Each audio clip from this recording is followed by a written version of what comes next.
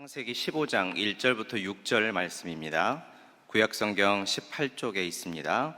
이후에 여호와의 말씀이 환상 중에 아브람에게 임하여 이르시되 아브람아 두려워하지 말라. 나는 내 방패요 너의 지극히 큰 상급이니라.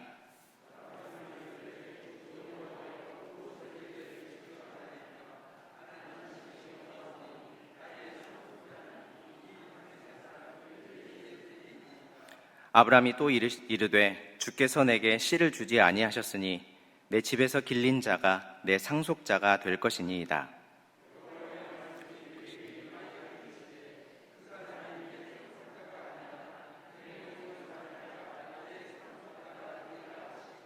그를 이끌고 밖으로 나가 이르시되 하늘을 우러러 뭇별을 셀 수 있나 보라.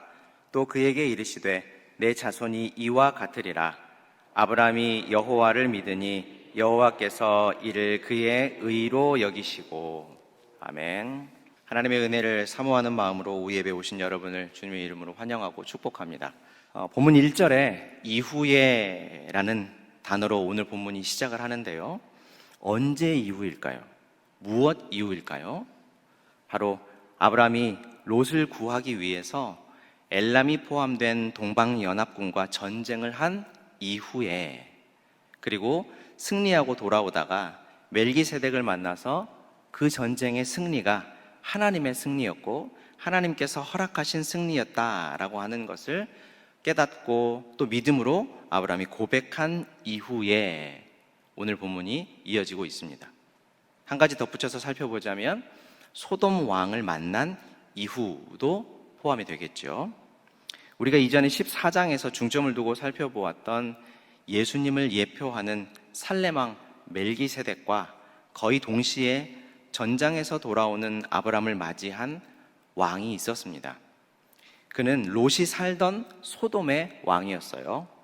아브람이 전쟁에서 승리하고 돌아오면서 잡혀갔던 포로들과 또 전리품을 가지고 돌아오고 있었는데, 그때 소돔 왕은 아브람에게 왕의 위엄에 걸맞지 않는 그런 말을 합니다. 오늘 본문 앞에 있는 창세기 14장 21절 말씀을 한번 읽어보겠습니다. 소돔 왕이 아브람에게 이르되 사람은 내게 보내고 물품은 네가 가지라. 내가 가지라. 목숨을 걸고 싸움을 한 사람은 누굽니까? 아브라함과 그의 가솔들이죠. 그런데 두 손을 놓고 지켜보던 그가 내가 전쟁에서 빼앗아온 전리품과 사람들은 원래 다 내 거였으니, 하지만 너의 노고를 생각해서 다른 사람들은 나한테 보내주고 다시 나한테 보내주고 전리품은 네가 가져라. 마치 이렇게 인심을 쓰듯이 말을 하고 있어요. 옛말에 이런 사람을 가리켜서 뭐라고 표현하죠? 물에 빠진 사람 건져줬더니 보따리 내놓으라고 한다. 그렇죠? 굉장히 얄밉죠. 아브라함은 이런 소돔 왕에게 하나님의 승리를 인정하는 마음으로 포로들은 물론이고, 그러니까 사람들은 물론이고 가솔들에게 주었던 몫을 제외하고 자신의 몫까지 전리품도 모조리 다 보내버립니다. 그러면서 이런 말을 해요. 14장 23절 말씀 한번 같이 읽어보겠습니다. 시작. 내 말이 내가 아브람으로 치부하게 하였다 할까 하여 내게 속한 것은 실 한 오락이나 들매끈 한 가닥도 내가 가지지 아니하리라. 당신이 혹시 나중에라도 아브람은 나 때문에 부자가 된 거야 라는 말을 하지 못하도록 하겠다라는 아브람의 말입니다. 아브람의 이런 결단은 하나님에 대한 믿음 때문에 내린 용단이라고 생각합니다. 왜냐하면 네 나라의 연합군이 가지고 있던 전쟁 물자들을 아브람이 빼앗아 가지고 돌아왔다고 한다면 아마 다 세어보지 않아서 우리가 모르긴 몰라도 단번에 주변에서 아브람을 능가할 자가 없을 만큼 아주 큰 부자가 되었을 겁니다.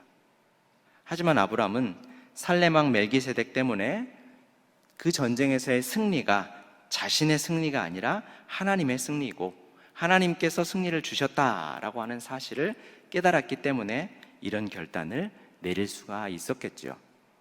아무리 많고 값진 전리품이랄지라도 하나님을 알게 된 것과 비교할 수 없기에 내릴 수 있었던 결단입니다. 우리가 지난 수요일에 살펴본 바울의 경우와도 같죠. 세상 모든 것보다 더 소중한 주 예수 그리스도를 아는 지식을 소유하고 보니 이전에 자신에게 마치 생명처럼 값지게 다가왔던 모든 것들이 이제는 똥처럼 가치 없는 것으로 여겨졌다. 그런 바울의 고백과 같은 것이겠죠. 자, 그런데 여러분, 우리도 때때로 하나님의 은혜로 충만할 때가 있습니다. 그런데 그 은혜가 어떻습니까? 그 은혜가 오래 가나요? 그 은혜를 한번 받으면 정말 오래오래 가나요? 예전에 제가 학생 때 수련회에 가면 전도사님들이나 선생님들께서 이런 말씀을 많이 해주셨어요. 수련회 때 받은 은혜를 잘 간직해야 된다. 저는 수련회에 참석하면 은혜를 참 많이 받는 학생이었는데 받은 은혜를 간직하는 게 너무 어렵더라고요. 아니, 제 경우에는 사실 불가능했었습니다. 애를 써봤지만 도저히 그 은혜가 간직되지 않더라고요. 그래서 저는 그때마다 굉장히 큰 좌절감을 맛보았습니다. 그래, 역시 나는 안 되나 보다. 잠깐 은혜 받지만 이 은혜가 간직되지 않는 걸 보니 나는 어쩔 수 없는 마귀 자식인가 보다. 과장이 아니라 정말 그런 생각을 많이 했었어요. 사실 우리는 예수님이 없으면 마귀 자식이 맞죠. 성경이 우리에게 본질상, 그러니까 태어나면서부터 우리가 진노의 자녀였다, 이렇게 우리를 말해주지 않습니까? 그리고 요한복음 8장 44절의 말씀에도 예수님은 우리를 가리켜서 너희는 너희 아비 마귀에게서 났다, 이렇게 말씀하잖아요. 마귀 자식 맞습니다. 하지만 우리는 이제 예수님 때문에 새로운 피조물이 되었어요. 더 이상 마귀의 권세 아래 놓여있지 않다는 말이죠. 그럼 무슨 말을 하는 겁니까? 그 은혜라는 것이 우리의 노력으로 간직한다고 해서, 애를 쓴다고 해서 간직되는 것이 아니라는 겁니다. 여러분, 은혜가 무엇입니까? 은혜는 하나님께서 우리에게 주시는 거예요. 무엇을 통해서 주십니까? 말씀과 기도와 성례를 통해서 주시죠. 말씀과 기도와 성례가 무엇이기에 이런 방법들을 통해서 우리에게 하나님은 은혜를 주실까? 하나님의 사랑과 그리스도 예수의 십자가의 희생과 대속, 부활과 승천을 우리에게 알리고 믿음으로 그리스도와 연합하도록 하는 것이 바로 말씀과 기도와 성례이기 때문이죠. 하나님의 은혜는 그리스도의 십자가를 통해 주어진 구원을 깨닫게 하시는 성령의 역사죠. 하나님께서 우리에게 주시는 구원과 그 구원을 알게 하는 하나님의 은혜는 그것 자체만으론 완전합니다. 하나님의 선물이니까요. 하지만 은혜를 받는 그릇인 우리는 완전하지 않아요. 그래서 우리가 은혜를 받은 후에 다시 실패하거나 좌절하는 것은 우리가 잘못돼서가 아니라 이 땅에서는 계속 반복될 수밖에 없는 우리의 실존적인 문제인 것이죠. 왜 그럴까? 하나님의 구원은 완전하지만 그 은혜를 소유한 우리가 완전하지 못하기 때문이다라고 했어요. 그럼에도 불구하고 우리 하나님은요, 우리가 하나님의 선물을 온전히 소유할 수 있도록 지속적으로 은혜를 공급해 주십니다. 우리는 이미 예수님의 공로로 구원을 받았지만 우리의 연약함을 직시할 때마다 지속적으로 은혜를 주시는 그 하나님을 우리가 경험하게 하시고, 우리 주님 다시 오시는 그날에 가서는 비로소 완전한 하나님의 백성으로 변화되는 구원의 전 과정을 거쳐야 하기 때문에 그 일을 위해서 우리 하나님께서 이렇게 하시는 것이죠. 로마서 8장 30절 말씀을 같이 한번 읽겠습니다. 시작. 또 미리 정하신 그들을 부르시고 부르신 그들을 또한 의롭다 하시고,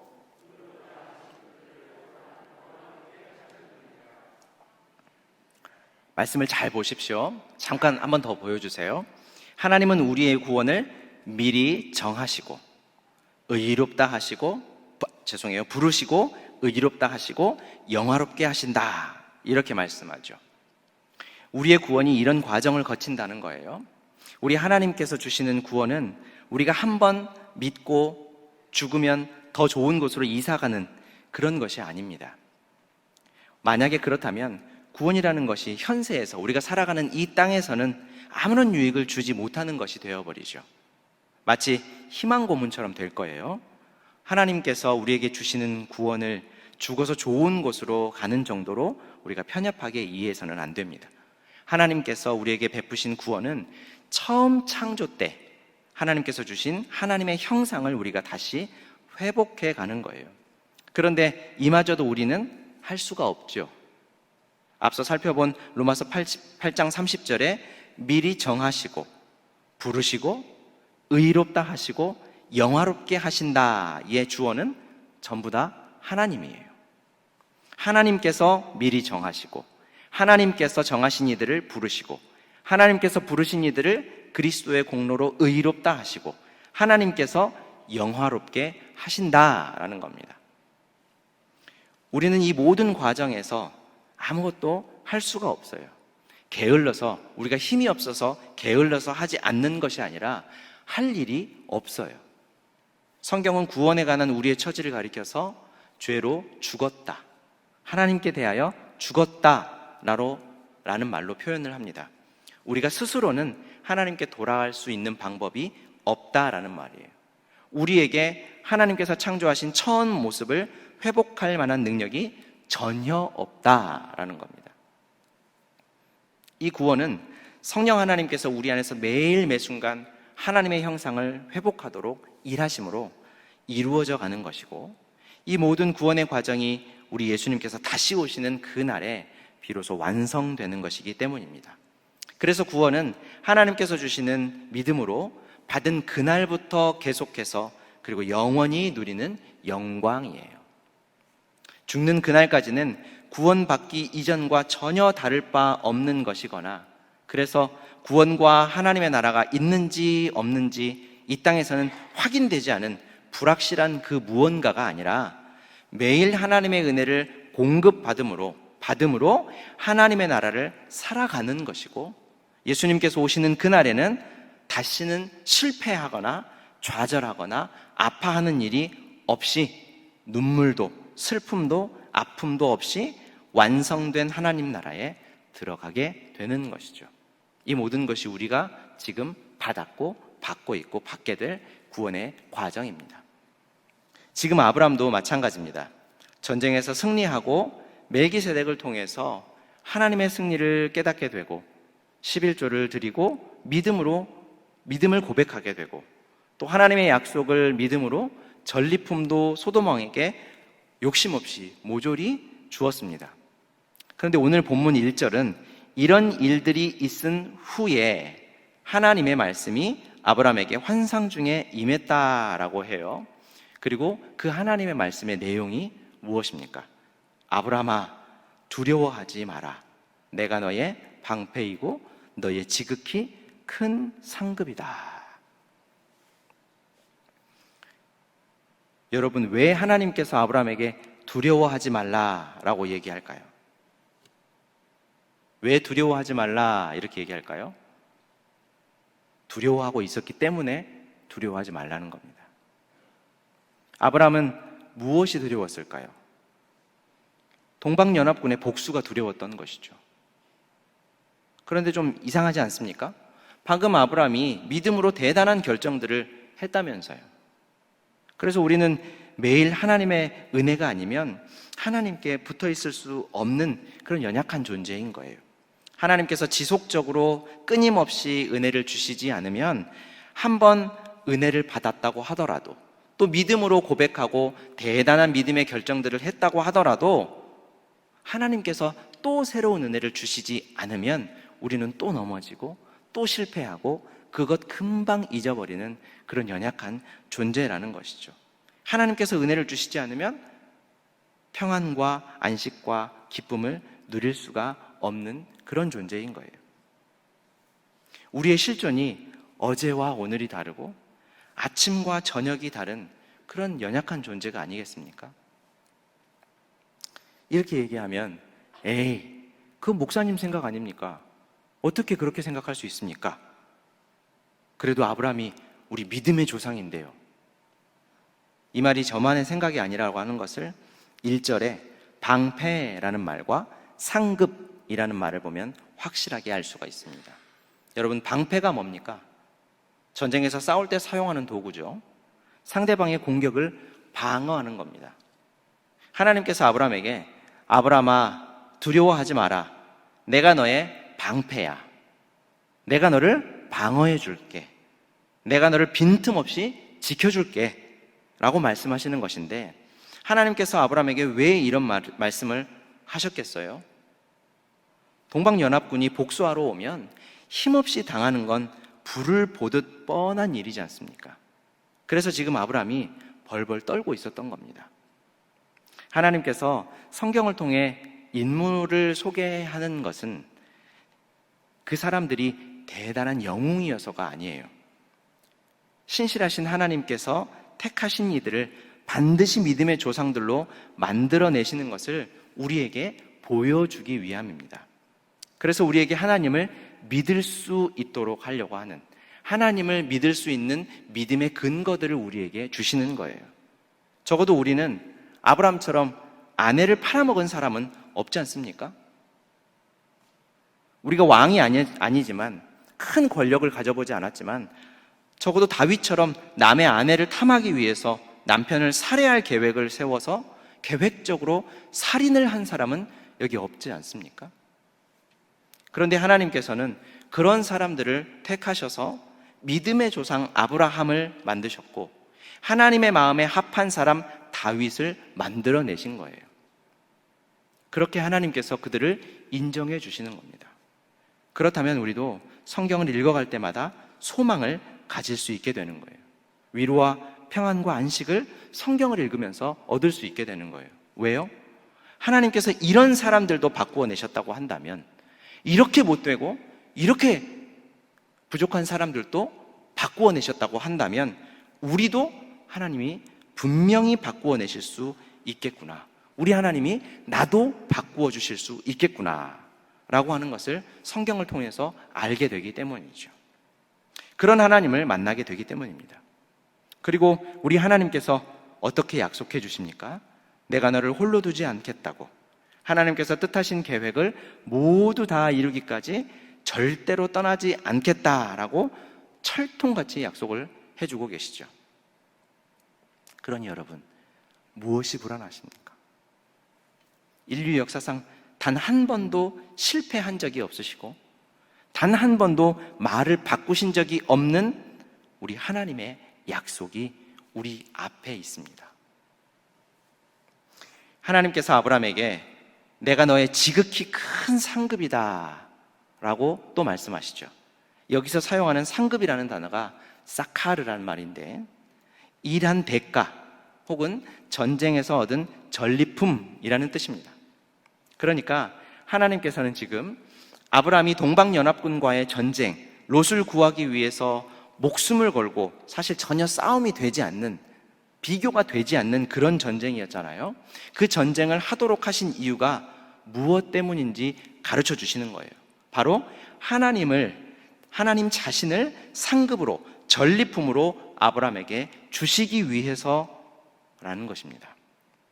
다른 말로 하면 아브라함이 하나님을 알도록 하기 위해서였다라는 거예요. 14장과 15장을 통해서 우리가 알 수 있는 하나님은 어떤 분이십니까? 택하신 하나님의 백성, 자녀를 위해서 친히 싸우시는 하나님, 그리고 직접 싸우시고 거둔 승리를 우리에게 거저 선물해 주시는 하나님.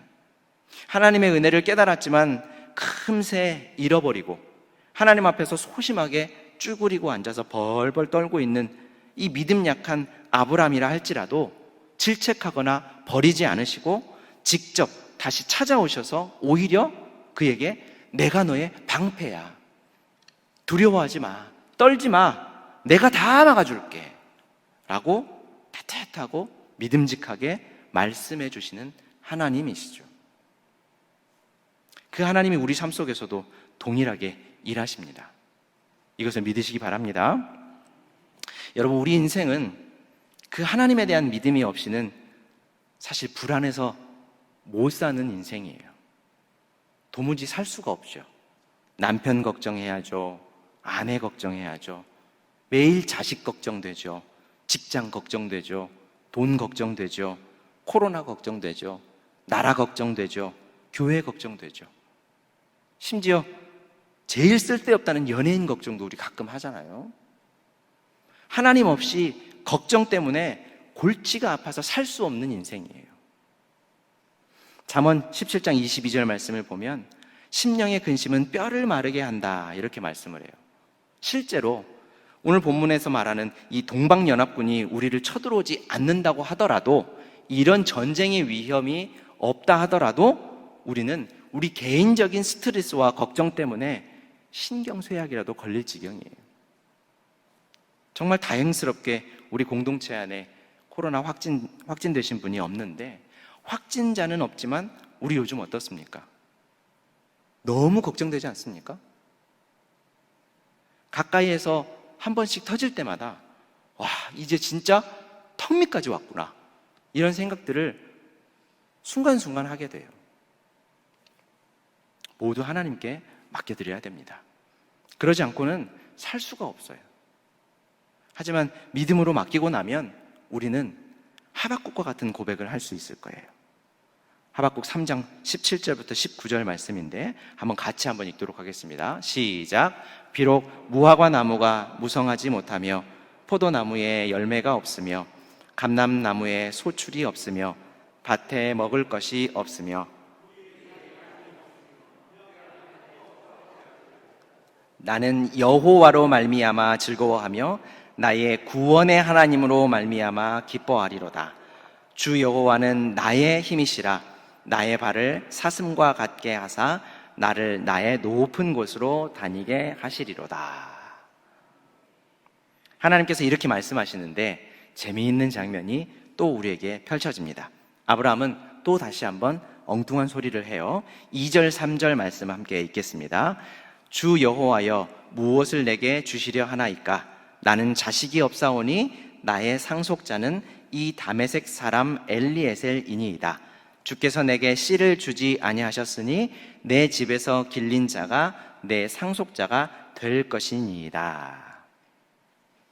하나님께서 자신을 상급으로 주시겠다라고 말씀을 하시는데, 아브라함은 눈에 보이고 손에 잡히는 세상에 무언가를 주신다라고 하는 것으로 오해를 했던 모양이에요. 하나님, 저에게는 아들이 없습니다. 그래서 하나님께서 뭘 주신다고 하더라도 어차피 제 집의 종인 상속자 엘리에셀에게 다 돌아가 버리고 말 겁니다. 그러니 하나님께서 저에게 무엇을 주신들 저에게 무슨 유익이 있겠습니까? 이렇게 말하고 있는 거예요. 그래서 저는 사실 아브라함을 참 좋아합니다. 이쯤 해서 벌써 잘 알아듣고 하나님 감사합니다. 앞으로는 하나님만 바라보고 제가 하나님만으로 만족하면서 살겠습니다. 할렐루야! 이렇게 했다면 제가 이야, 참 대단하다 생각하고 그를 인정하고 박수는 쳤겠지만 연약한 제 자신을 아브라함을 통해서 보지 못했을 거예요. 그리고 그랬다면 그저 대단한 믿음의 무용담 정도로 성경의 기록들을 치부하고 말았을 것입니다. 하지만 아브라함은 제 기대를 저버리지 않고 변함없이 이런 엉뚱한 소리를 해주니 얼마나 고마운지 몰라요. 근데 정말로 놀라운 것은 무엇인지 아십니까? 바로 아브라함을 대하는 하나님의 태도예요. 아브라함에게 하나님이 얼마나 신실하신지 오늘 본문 4절과 5절 말씀을 같이 한번 읽어보겠습니다. 시작. 여호와의 말씀이 그에게 임하여 이르시되 그 사람이 내 상속자가 아니라 그를 이끌고 밖으로 나가 이르시되 하늘을 우러러 뭇 별을 셀 수 있나 보라. 또 그에게 이르시되 내 자손이 이와 같으리라. 아멘. 하나님께서 아브라함에게 상속자의 약속을 주십니다. 아브라함이 엉뚱한 소리를 하는데도 불구하고 하나님은 아브라함에게 다시 상속자의 약속을 주셔요. 이 약속은 두 가지로 봐야 됩니다. 첫 번째는 상속자라고 하는 것이 가깝게는 이삭을 가리키는 말입니다. 하나님께서 아브라함이 100세가 되던 해에 이삭을 주셨죠. 사람으로서는 절대로 불가능한 일을 우리 하나님께서 이루신 겁니다. 그 이삭을 통해 하나님을 섬기는 믿음의 사람들을 생산하는 믿음의 가문을 우리 하나님께서 이끌고 가고 계셔요. 그리고 그 자손이 출애굽 시에 장정만 60만 명, 여성과 아이들까지 모두 합하면 적게 잡아도 200만 명쯤 되는 아주 큰 수가 되도록 하셨습니다. 약 500년에 걸쳐서 우리 하나님께서는 신실하게 아브라함에게 하셨던 그 약속을 지켜가고 계셨던 것이죠. 두 번째는 5절에 자손, 이 자손이라는 단어가 한 명을 나타내는 단어예요. 단수예요. 이 자손에 대한 설명을 사도 바울이 갈라디아서 3장 16절에서 우리에게 밝히 가르쳐 줍니다. 같이 한번 읽겠습니다. 시작. 이 약속들은 아브라함과 그 자손에게 말씀하신 것인데 여럿을 가리켜 그 자손들이라 하지 아니하시고 오직 한 사람을 가리켜 내 자손이라 하셨으니 곧 그리스도라. 여러분, 우리는 아브라함처럼 참 복된 사람들입니다. 아니, 그보다 훨씬 더 복되다고 말해도 틀리지 않을 거예요. 왜냐하면 아브라함은 하나님께 약속을 받은 자였죠. 하지만 그 약속의 자손에 대한 믿음은 가졌지만 구체적인 그림을 보지 못했어요. 그러나 우리는 어떻습니까? 하나님의 영광의 광채이신 그리스도 예수님을 본 사람들이죠.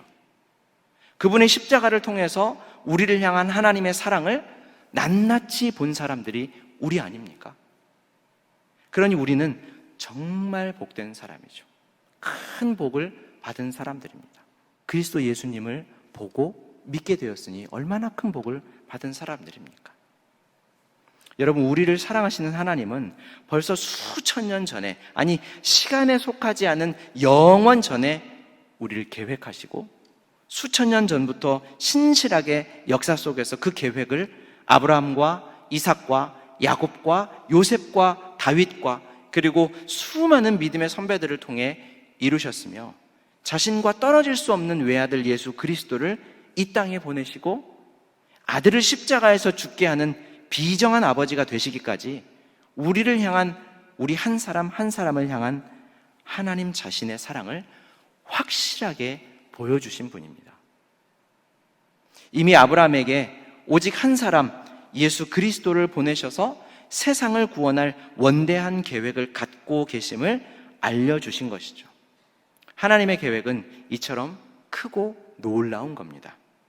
아브라함에게 그리스도 예수님을 통해 이루실 하나님의 계획을 약 2000년 전에 미리 알게 해주실 만큼 놀라운 구원의 계획들을 이루어가고 계셨던 거예요. 하나님, 사람들도 어떤 일을 할 때 준비 기간이 길면 길수록 어떻습니까? 실수를 줄일 수 있고요. 더 촘촘하게 완벽하게 계획을 할 수가 있죠. 그런데 전능하시고 전지하신 하나님께서 이렇게 오랜 세월, 오래전부터 빈틈없이 준비하셨다면 그 사실만으로도 우리는 정말 안심할 수 있을 거예요. 우리의 구원이 하나님으로부터 온다.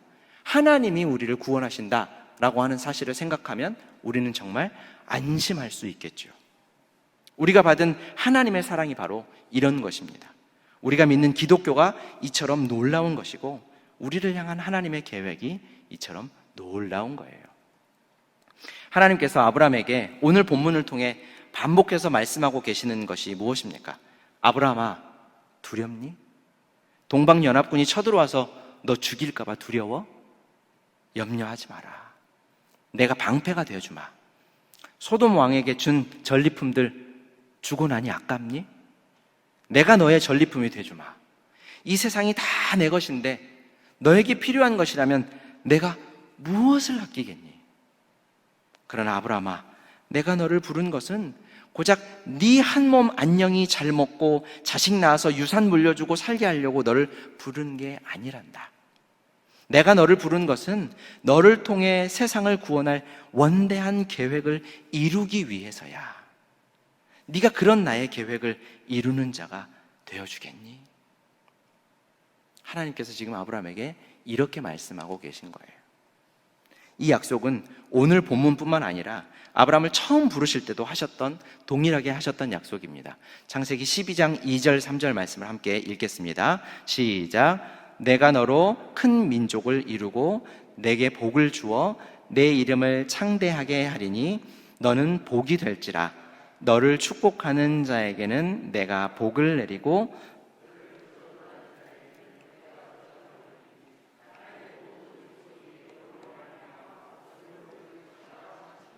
아멘.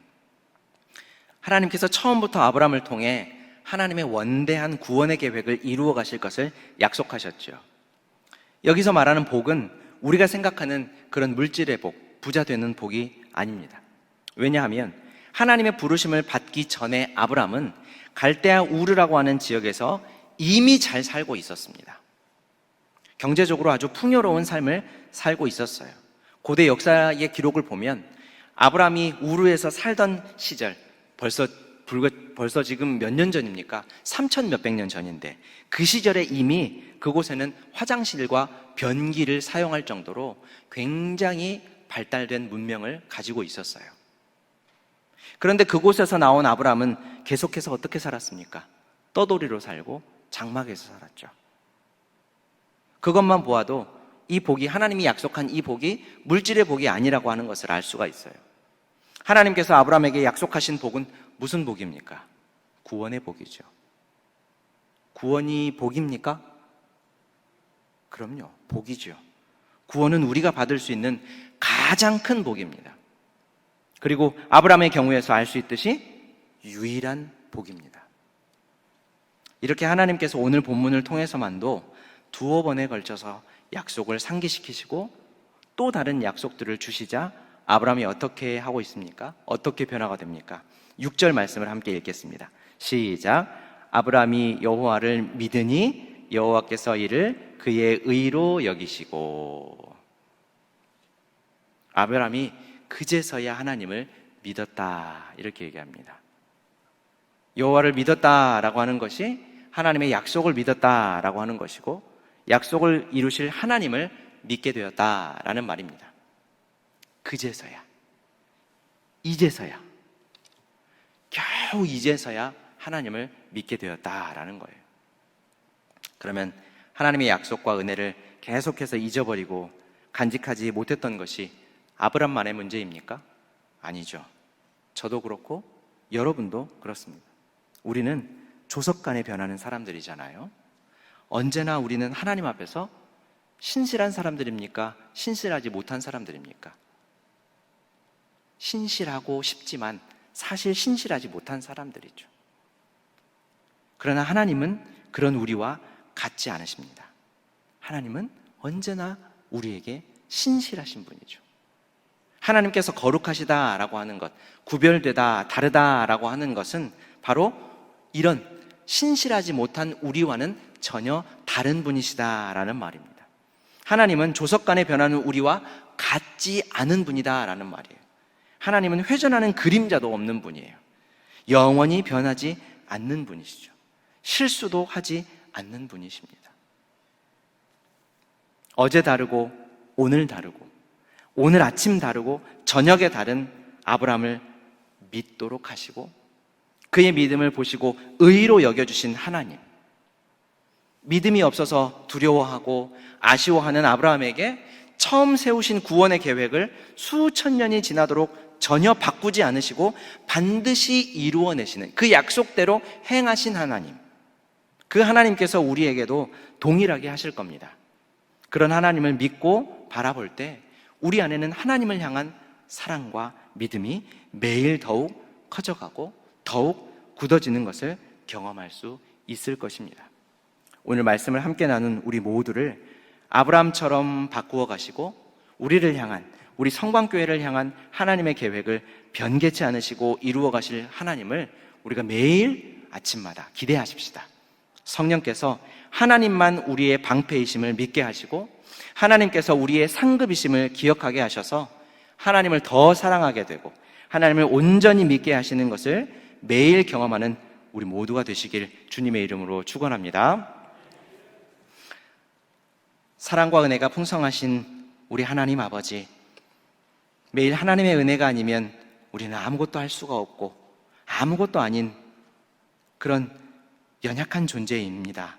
그런데 우리를 매일 돌보아 주시고 우리에게 매일 은혜와 사랑을 공급해 주시니 감사합니다. 하나님의 영광스러운 구원의 계획 가운데 우리를 사용해 주시니 참으로 감사합니다. 주님, 저희는 정말 연약합니다. 주를 의지할 수밖에 없는 저희를 긍휼히 여겨주시고 주의 영으로 매일 충만케 하시고 매일 새롭게 해주셔서 환경과 처지에 구애받지 않고 매일 하나님 나라의 삶을 살아가게 하시고 주를 향한 찬송이 우리 삶 가운데 넘치게 하여 주옵소서. 예수님의 이름으로 기도합니다.